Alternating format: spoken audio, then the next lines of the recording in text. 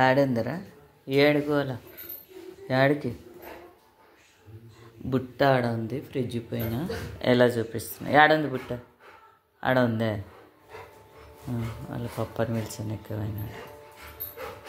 పోతావా? పప్ప నువ్వు పోతావా? సరేపా, ఇస్తాను. షాపుకి పోయేస్తావా?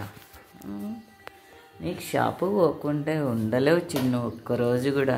మళ్ళీ వాళ్ళు ఏమో అందరు పాపం బోరు కొడుతుందని మేము అనుకుంటున్నాం. తారబాబుది ఒకటే షాపుకి పోయేదే ఉండేది.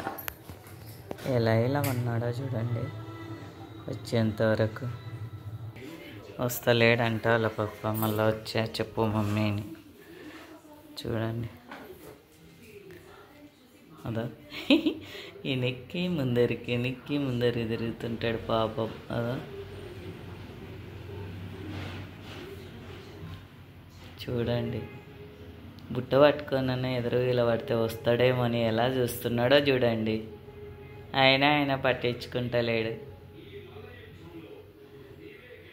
వెనక వల్ల పట్టించుకోడండి. సపోర్ట్ ఏమీ లేదు మాకైతే.